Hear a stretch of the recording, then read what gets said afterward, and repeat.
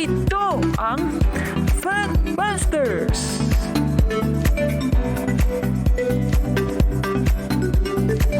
Sa puntong ito ng ating programa, kung hindi ka pa nakasubscribe, pakiclick po ng subscribe button at ang notification bell para updated po tayo sa ating mga susunod na videos.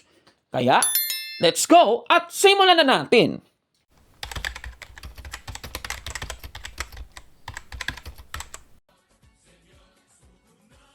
Thank you po kapatid sa inyong pagsuporta. Ulitin ko lang po, habang tinatalakay natin ang topic na ito ay paki-comment po, comment down below mga kababayan kung ano po yung masasabi ninyo sa mga paninira, sa mga pang-uusig na ginagawa po sa Iglesia Katolika. At napaka-importante po ng topic na ito dahil dapat aware po tayo sa mga nangyayari sa ating iglesia, mga kapatid. Ayan. So, sisimulan na natin ang ating talakayan. So, paki-comment po. Comment down below mga kababayan kung ano pong inyong gustong sabihin sa mga pang-attacking ito sa ating iglesia. Sa simula po ng ating episode ngayon mga kapatid ay gusto ko po munang ipaalam sa inyo na nasa Biblia talaga mga kababayan na ang pag-uusig na ito talaga namang ine-expect na sa tunay na iglesia. Kasi meron pong pangako ang ating Panginoong Jesucristo tungkol po dito mga kapatid. Basahin po natin ang isang talata po sa Biblia dito po sa Mateo. Ito po, hindi pala ito, no? Ito muna yung nasa Mateo 5:10. Ganito po ang ating mababasa. Nakiyanan natin. Sabi dito, pinagpala ang mga inuusig dahil sa katwiran, sapagkat sa kanila ang paghahari ng langit. Napakaliwanag po ng ating nabasa. Mga kababayan, pangako po ito ng ating Panginoong Jesucristo. Pinagpala po ang mga inuusig. Ayan, sino ba yung inuusig? Malalaman natin mamaya kung sino talaga yung tunay na inuusig, mga kapatid. Ayan, at patuloy po sa versikulo 11 at 12, ganito naman ang sinasabi. Pinagpala kayo kung kayo ay inaalimura ng mga tao at pinag-uusig at pinagwiwikaan ng lahat ng uri ng masasamang salita na pawang kasinungalingan dahil sa akin. Magalak at magsaya kayong totoo sapagkat malaki ang inyong gantimpala sa langit. Ganyan din ang ginawa nilang pang-uusig sa mga propetang nauna sa inyo. Napakaliwanag po ng ating nabasa mga kababayan. Kung tayo po'y inuusig, huwag tayong mag-alala dahil yan po'y pangako ng ating Panginoong Jesucristo, mga kapatid, ayon po sa Biblia. Kaya, halimbawa, kung makatikim ka ng pag-uusig, bigyan ko kayo ng example. Meron pong umuusig sa atin. Panoorin natin yung umuusig sa atin. Sige ha. Example ng pang-uusig, panoorin ninyo, mga kababayan. Gusto ni Kabornok patunayan is subukan mo Kabornok. Kasi sinubukan ko na yan. Yung pinaghilamos ko, yung sariling ihi, nung mayroon akong sore eyes, sa awa ng Diyos gumaling. Ayan. So, yan yung mga example ng pang-uusig. Yung kanyang ginagawa, isasama pa tayo doon, nanghahamon pa. Akala ko debate yung hinahamon. Pero yung hamon pala niya ay forma ng pang-uusig sa atin. Meron pang isa. Ito, panoorin po natin yung isa pang pang-uusig ni SLTV ng Members Church of God International. Pag binawalan mo kasi lalaki ka kahit yung babae, nangangailangan ka ng nangangailangan ka talaga kung talaga ikaw ay tunay na lalaki. Maliban lang ko si Kabornok.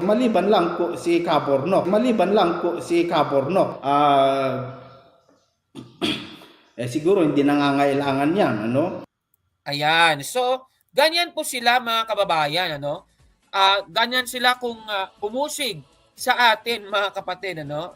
Nangangaralan tayo ng tunay na aral ng Diyos na ibinigay po sa Iglesia Katolika. Pero ito sila, no? Nag-uusig, naninira, o ganun po sila, mga kababayan. Pero sabi nga ng Biblia, ika nga ni Kristo, balikan natin yung Mateo 5:11 ang sinasabi, pinagpala kayo kung kayo ay inaalimura ng mga tao at pinag-uusig at pinagwiwikaan ng lahat ng uri ng masasamang salita na pawang kasinungalingan. Uulitin natin, kasinungalingan. Ayan, no? Yung sinasabi nila, kasinungalingan. Laban po sa atin. Ito, mga kapatid, ano, gusto ko lang pong sabihin ito. Si Pablo po noon ay inusig po niya ang unang iglesia. Pero, di ba, merong nangyaring conversion sa kanya. So ngayon, siya naman itong inuusig naman ngayon. Ayon po dito sa 2 Korinto 12:10, ganito po ang ating mababasa. Dahil kay Kristo, walang halaga sa akin kung ako may mahina, kutyain, pahirapan, usigin, at magtiis, sapagkat kung kailan ako lalong mahina, saka naman ako nagiging malakas. Napakaliwanag po, mga kababayan, at alam naman natin, tayong mga Kristiyano, mga Katolikong Kristiyano, kung tayo po inuusig, tandaan po natin, mga kapatid, mahina po tayo. Pero ang nagpapalakas sa atin ay ang pag-ibig ni Kristo, mga kababayan. Kaya napakaliwanag, napakaganda po. Yan po ang nararanasan ngayon ng mga nasa Iglesia Katolika, especially yung mga nagsiserve sa Iglesia Katolika, mga pari natin, mga obispo natin, mga tagapagtanggol ng ating pananampalatayang Katoliko. Yan po, inuusig po tayo, mga kababayan. Ganun talaga ang buhay, mga kapatid. Expected na po yan sa atin. Lalong-lalo na sa inyong kapatid na si Gaburnok, ano? Ganun talaga, ano? Pero wag kayong mag-alala dahil hindi lang po sa atin, hindi lang po ako ang nakakaranas niyan, kundi ang lahat ng mga tao na nagsiserve po sa simbahang Katolika. Isa po sa mga examples na gusto ko pong i-share sa inyo ay ito pong nangyari sa bansang Nicaragua. Ewan ko ba kung alam niyo po ito, no? Yung bansang Nicaragua ay naka-experience po ng persecution at ito po, babasahin po natin yung isang article mula po sa CBCP News. Sabi dito, the last diplomat from the Vatican leaves Nicaragua. Alam niyo po ba na sa loob ng siguro mga ilang taon na rin ang nakalipas na itong presidente ng Nicaragua ay inuusig po niya ang Iglesia Katolika. Kasi yung Iglesia Katolika na nandun ay sinasabi na ang presidente nila, parang may mga batikos yung mga obispo, galing po sa sarili nila. Inakala siguro ng presidente na itong mga pari ay nagsasalita in behalf sa Iglesia Katolika. Pero it seems na mukhang naging totoo po ang pananalitang ito ng mga obispo dyan, mga pari dyan, dahil talaga namang incompetent siguro ang presidente ng Nicaragua. Kaya yung ginawa, inuusig ngayon ang Iglesia Katolika sa Nicaragua. Para patunayan po sa inyo na totoo po ang aking sinasabi, panoorin po natin ito, mga kababayan. Accused of conspiracy against the government. He querido salir a la catedral a hacer la hora santa, la Santa Misa, pero obviamente las autoridades superiores no han dado permiso. These videos posted by the Matagalpa Diocese show Alvarez offering Mass outside of his house, watched closely by armed Nicaraguan police. Y miren la policía cómo me tiene la curia. Que la policía, por favor, y ante el Señor, nos deje celebrar la Eucaristía. It's the latest crackdown by the Ortega regime as its relationship with the Catholic Church deteriorates. Ayan. So, yan po siya po si President Ortega, siya po yung grabe kong umusig sa Iglesia Katolika. Parang si Pablo din, ano? Nung panahon na inuusig din niya ang unang iglesia, mga kababayan. At may pahayag nga dito si Pope Francis. Panoorin po natin ang pahayag ni Pope Francis Mga kapatid, palakiin ko lang po. Que pensar en un desequilibrio de la persona que dirige. Ahí tenemos un obispo preso, un hombre muy serio, muy capaz. Quiso dar su testimonio y no aceptó el exilio. Es una cosa que es fuera de lo que estamos viviendo, es como si fuera a traer de dictaduras del 17, comunistas o hitlerianas del 35, traerlas aquí las mismas, ¿no? Es un tipo de dictaduras groseras, o para usar una distinción linda argentina, guarangas. Ayan. So yan po ang pahayag ni Pope Francis, dahil nakikita nila na grabe talaga yung pang-uusig dyan sa Nicaragua. Grabe yung mga ginagawa nila dyan, mga kapatid, talaga namang hindi makatarungan at napilitan po ang mga pari dyan na umalis dahil kung hindi sila umalis baka buhay nila ang at stake, So meron pong obispo diyan na nakulong, mga kababayan. So ngayon babasahin po natin itong article mula po sa CBCP News. Ang sabi po dito, noong Sabado po ay binalita ng Holy See na ang Vatican's diplomatic headquarters sa Nicaragua ay pinersang isarado. Ayan. So pinasara po 'yan. So noong March 17 ay iniwan na po ng natirang diplomat ng Iglesia Katolika, si Monsignor Marcel Diof. Iniwan na po niya ang Vatican at siya po ay lumipad patungong Costa Rica. Ayan. So, request po ng Nicaraguan government noong March 10, 2023 ang pagpasara ng Catholic Church headquarters, yung diplomatic headquarters ng Holy See sa Nicaragua, mga kababayan. So, yan po ang news at isa po itong masamang balita, mga kapatid, na dapat ay atin po ngayong tinitingnan at atin po ngayong binabantayan yan, mga kababayan. Dapat alam niyo po ito. Nasa Pilipinas, swerte po tayo dahil tayo ay malayang makapunta ng misa, pero sa ibang mga bansa, walang Iglesia Katolika pa, hindi pa nakaabot, o di naman kaya ang Iglesia Katolika ay pine-persecute sa mga bansang iyan. Kaya napakaganda po, sulitin po natin ang pagkakataon na pumunta ng simbahan, magdasal sa Panginoon, i-practice ang ating Catholic faith, mga kapatid. So yan po ang news mula po diyan sa Nicaragua. At hindi lang po sila yung nakakaranas niyan. Pati nga mga pare, binabatukan ng mga ipakita ko po sa screen, ha. Ito na yung mga pangyayari kagatulad nito. Ayan, tingnan nyo, merong lalaki. Ayan, tingnan nyo. So, yan, yung nangyari, tingnan niyo mga kababayan. Ayan, op. Ayan, di ba? Nagmimisa yung pare, nag-share siguro ng homily, pero ayan, tingnan niyo mga kababayan. Ayan, grabe, Yan po ang nangyari sa Amerika yan, mga kababayan. At nilitis na po yan, yung suspect. Ayan, nakikita nyo sa screen. Grabe, ayan, grabe yung ginawa niya sa pari, Kawawa naman yung pari, mga kababayan, Ganon po kalupit ngayon sa Iglesia Katolika ang paninira, ang pag-uusig, mga kababayan. Grabe. Grabe na po. So, dapat ipagdasal po natin, mga kapatid, ipagdasal na talaga natin ang mga kaparian natin, mga kababayan. Hindi po pwede na tumahimik lang tayo. So, ganun po katindi. At hindi lang po yan, ha? Ang isa sa mga common na naninira sa Iglesia Katolika, okay lang sana kung ilathala lang nila sa radyo, o sa dyaryo, o sa TV, yung paninira. Pero yung iba, pumupunta mismo sa simbahan. At iniistorbo ang misa, iniistorbo ang mga taong nagdadasal sa loob para siraan ang Iglesia Katolika. Ito panoorin po natin ang video, mga kababayan. Na grabe na talaga ngayon. Ito, panoorin po natin, ha.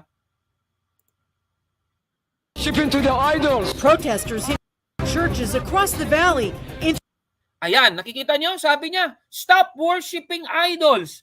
Sabi niya, grabe, ang lupit mo naman. Ha? Itong lalaki, nakikita nyo yung lalaki. Ha?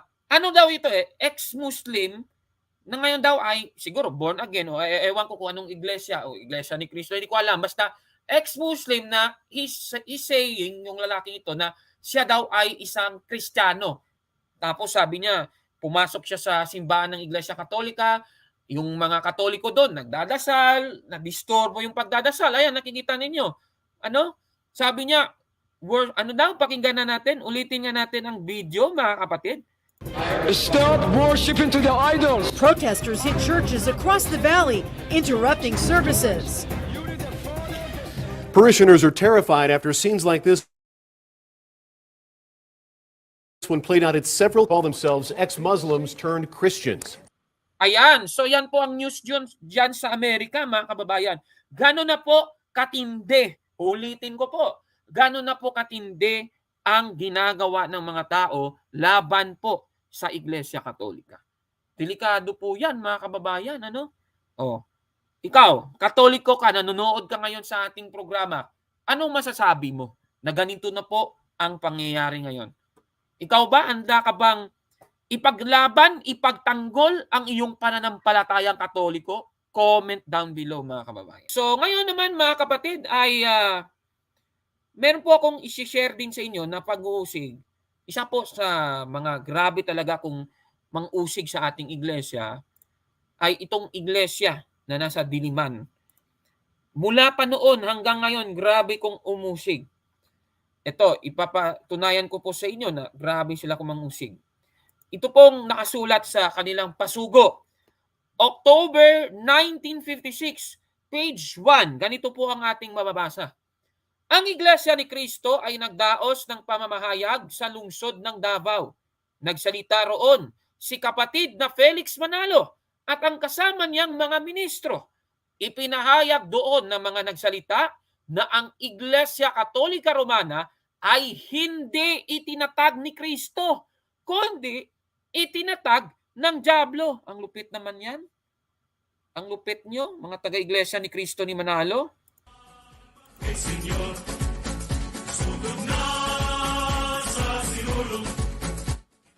Di ba? Ang lupit. Grabe. Yan po ang katuparan yung nakasulat dyan sa binasa natin kanina.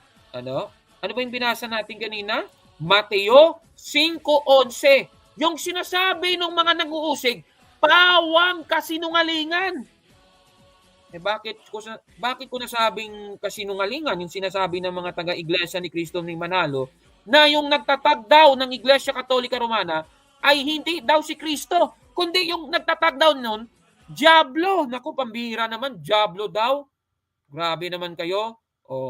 Tanungin natin si Father Darwin, sino ba nagtatag ng Iglesia Katolika? Sige nga, panoorin nga natin. Dyablo ba ang nagtatag? Eto, panoorin natin, mga kapatid. Young Student Learning Encyclopedia, page 2684. Roman Catholic Church, for the first 1,000 years after the death of Jesus Christ, all Christians were members of one religion, Christianity.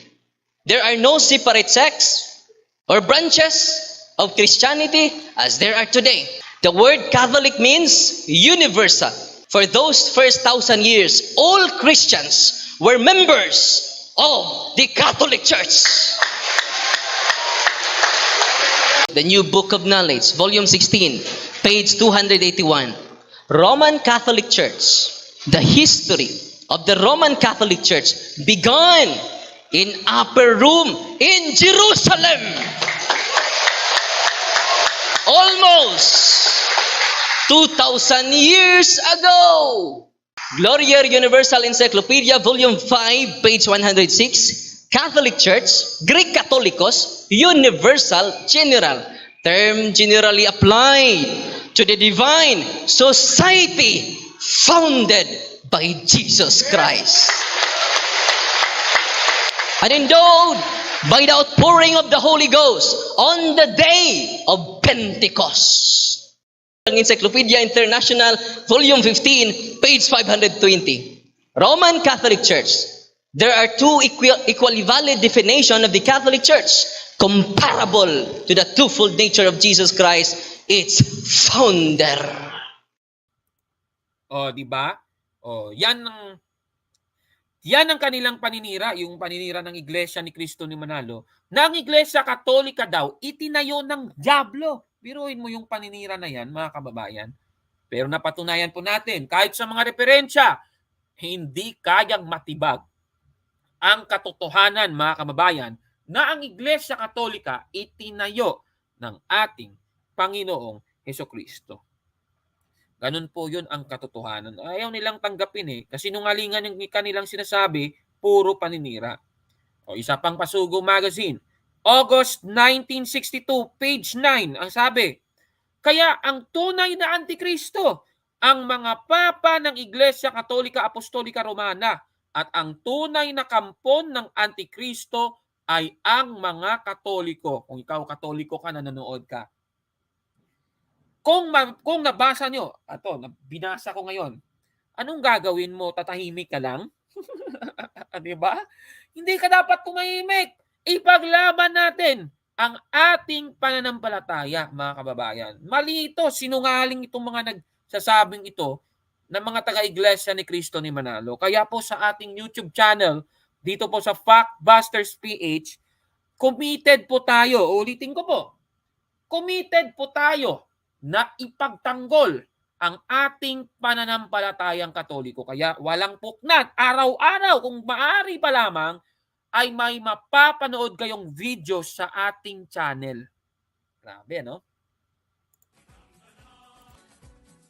Ayan. Ngayon, habang ginagawa natin ang ating programa, itong Factbusters PH, ang dami na pong mga death threats, mga paninira, pangungutya na ginagawa sa atin.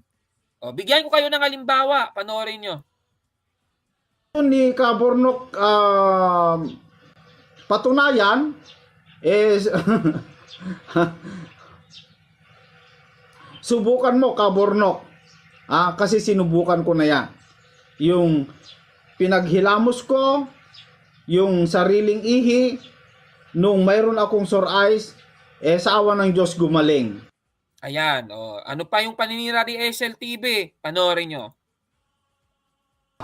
Pag binawalan mo kasi lalaki ka Kahit yung babae, nangangailangan ka ng nangangailangan ka talaga kung talaga ikaw ay tunay na lalaki. Maliban lang po si Kabornok.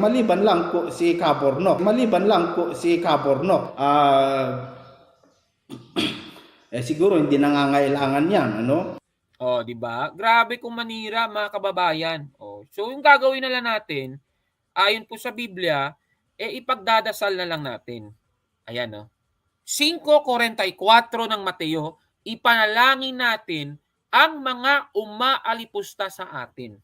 Kagaya ni SLTV, pinagdadasal ko sila, sana i-convert sila maging Katoliko din, mga kababayan. Ayan. So, yan po ang ating video ngayon, mga kababayan. At maraming salamat sa inyong pagsuporta. At least alam nyo na hindi lang basta-basta ang pang-uusig na ating mga natatanggap dito sa YouTube channel. At pati na rin yung mga pari natin, ipagdasal po natin sila, mga kababayan. I am Catholic.